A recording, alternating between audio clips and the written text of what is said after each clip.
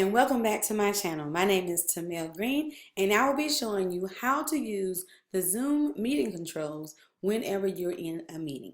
Okay, so now that you're inside of my Zoom meeting, I'm going to show you a couple things in order to keep your meeting going, all right? And just to kind of show you all the meeting controls that you have so that you know what's available and what's not available, okay?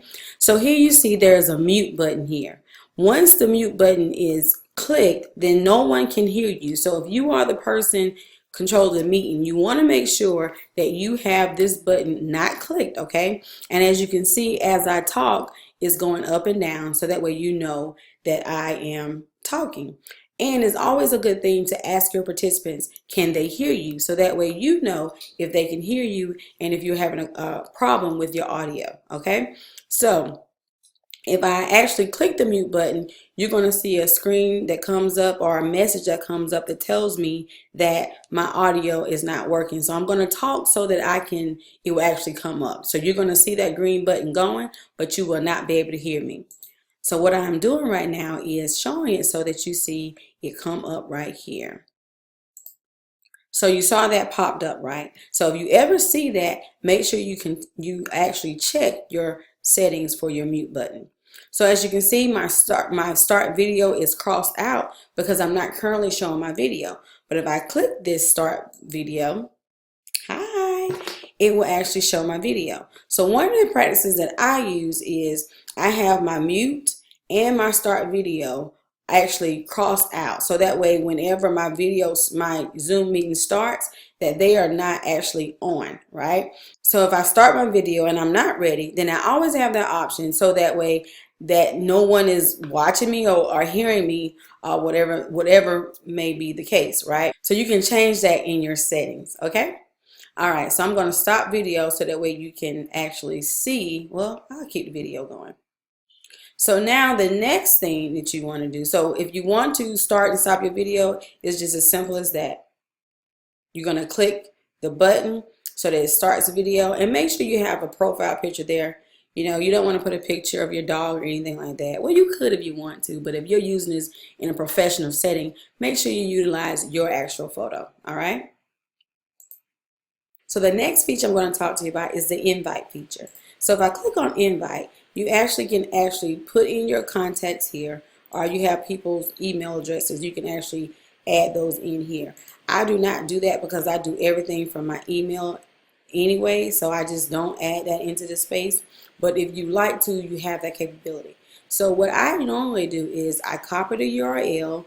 If this person I know is joining the meeting from their smartphone or from their laptop, so that way I know there's video capabilities here.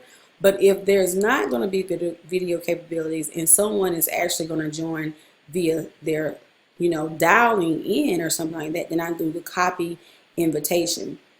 And if I click on that, you see it just copied it to the invitation. And you'll see I have a video link below so that you can see actually how to schedule a meeting using the copy invitation. I'll show you that in another video. But this is how you actually invite someone. You click the copy URL or copy invitation, and then you can actually send it to them however you like to send it to them, okay? All right.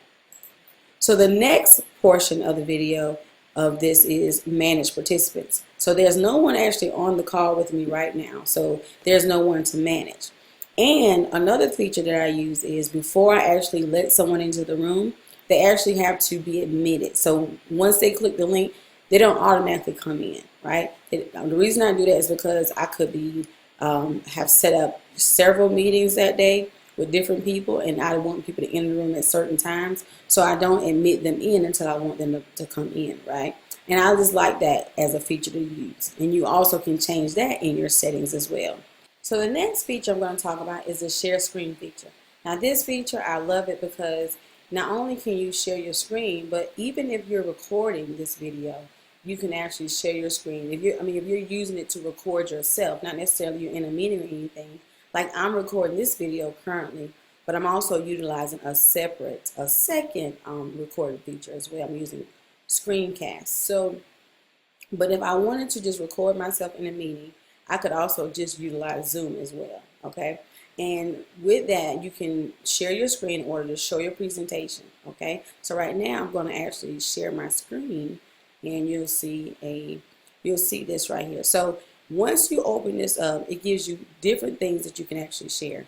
You can share your desktop, a whiteboard, iPhone, AirPlay. This is great whenever I want to record videos for using my cell phone. I use Zoom to do that.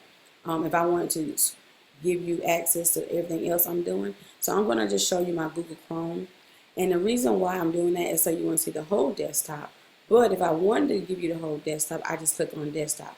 A lot of times people utilize this feature. Well, they don't give you access to this feature, but they need to if they're going to be showing multiple things during their meeting or something like that. You want to use the desktop feature. If you're only going to be using one application during your Zoom meeting, then it's okay to just utilize and share that one application. So I'm going to click on this and click share. And so now you actually can see my screen. And in the corner, you can, if I'm not sure if it's going to show you or not, but in the top right hand corner, there is my video. And you can actually move your video around. I'm not sure if you guys can see it or not. Like I said, I'm using 2 actual programs to record this video. So anyway, I just wanted to show you that share screen feature and to point out that you want to make sure if you're going to be using multiple applications that you show the desktop. But if you're only going to use one application during your Zoom meeting, then you can actually just show that one application, okay? And while you're inside of that screen, if you're still looking there, you can actually pause the share, okay? You can click on pause, and you can actually annotate on the actual screen, okay? If you see right beside the pause share, it's going to say annotate. And if I click that button, it allows me to draw on the screen. And this is a great feature to utilize for multiple things, okay? But you have to figure out why you want to utilize it. So that's if I want to draw, and I can just undo. And then if I want to create text, I just click on it, and I could say thanks for joining or something like that. This is if you want to do any of that, okay?